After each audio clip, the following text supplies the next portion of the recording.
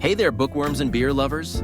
Welcome back to From the Book Nook, the podcast where we bring books to life and maybe grab a pint while we're at it. I'm Greg. And I'm Anne. We're your literary pals, bringing you the best of books, stories, and maybe a few laughs along the way. And Greg, I'm guessing by the title of today's book, beer might be playing a big role? Oh, you bet it does, Anne. Today, we're cracking open The Greatest Beer Run Ever by John Donohue and J.T. Malloy. It's part memoir, part adventure story, and just wild enough to make you say, this can't be real. And yet, it is. This book is a real-life tale of friendship, loyalty, and, I can't believe I'm saying this, smuggling beer into a war zone. Vietnam, to be exact. So here's the setup. It's 1967. And back home in New York, the Vietnam War is raging on. A bunch of guys at the local bar are sitting around talking about their friends and neighbors who are overseas fighting. And then one guy gets this outrageous idea. Outrageous is putting it lightly. Chickie Donohue, our hero, our protagonist, and really a lovable knucklehead, decides he's going to do something to show the troops that they're not forgotten. And that something? Delivering beer, yes, beer, to his buddies in Vietnam, in person. Now let me just pause here. Who wakes up and says, yeah, I'll hop on a cargo ship, wander through a war zone with a bag of beers, and make sure my pals get a cold one? Chickie Donohue, that's who. Exactly. And it's so ridiculous, so improbable, you can't help but root for him the whole way. But Greg, tell us about Chickie. What kind of guy are we dealing with here? Oh, Chickie's a character through and through. A 26-year-old merchant seaman from Inwood, New York. That's a tight-knit Irish-American neighborhood.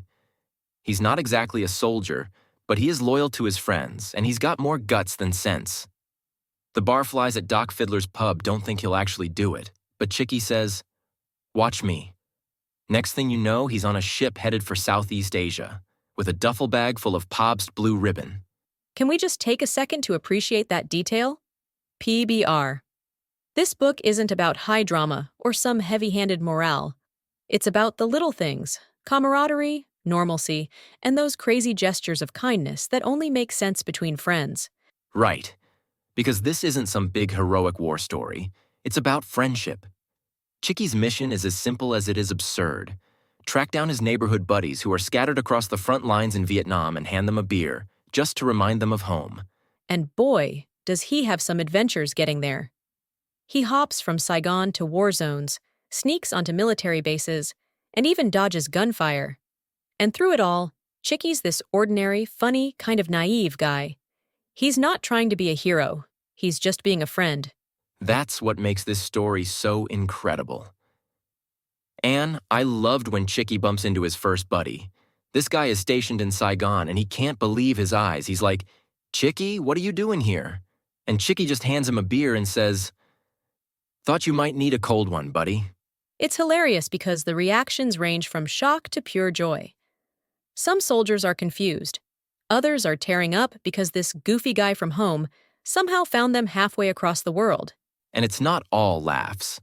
The book balances its humor with some really moving moments. Chickie sees firsthand what his friends are going through. The war isn't just headlines and news clips anymore. It's real, and it's raw. It changes Chickie. Exactly. At first, he's just this guy on a hare-brained adventure, but as he witnesses the realities of war, he starts to reflect. He sees the sacrifices these soldiers are making and starts to question why they're even there in the first place. So it's funny, it's heartfelt, and it's unexpectedly deep. I think that's what makes this book so compelling. One minute you're laughing out loud at Chickie trying to sneak into a military base with a backpack of beer. The next minute, you're hit with a sobering reminder of what these young men endured. You're right. And John Donohue tells this story in such a down-to-earth conversational way. It's like you're sitting at Doc Fiddler's pub, hearing him tell the tale over a round of drinks. Which makes sense because he did tell this story at bars for years before finally writing it down. And thank goodness he did. It's one of those stranger-than-fiction tales that feels almost like folklore. Now, I have to ask, Greg, would you ever pull off a beer run like this? I mean, I love my friends, but let's be real. I'd barely make it out of JFK Airport before chickening out. What about you? I think I'd need a lot more than PBR to get me through a war zone. But seriously, Chickie's story reminds us of the lengths we'll go to for the people we care about. Even if the world's falling apart around us, those little reminders of home mean everything. Perfectly said. And speaking of home, the greatest beer run ever also paints such a vivid picture of Inwood in the 1960s. You get to know Chickie's neighborhood, his family, and the barflies at Doc Fiddler's. It's all part of the charm. So, Greg, final thoughts? The greatest beer run ever is a must-read.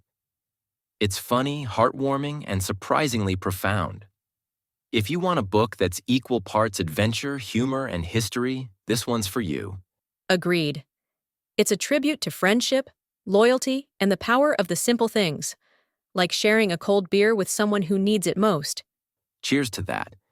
And cheers to you, Chickie Donohue, for proving that sometimes the craziest ideas are the ones worth following through on. Thanks for joining us in the Book Nook today. If you enjoyed this episode, don't forget to like, subscribe, and share. You can find The Greatest Beer Run Ever wherever books are sold. Until next time, keep reading, keep laughing, and maybe keep an eye out for your next adventure. I'm Greg. And I'm Anne. See you next time on From the Book Nook.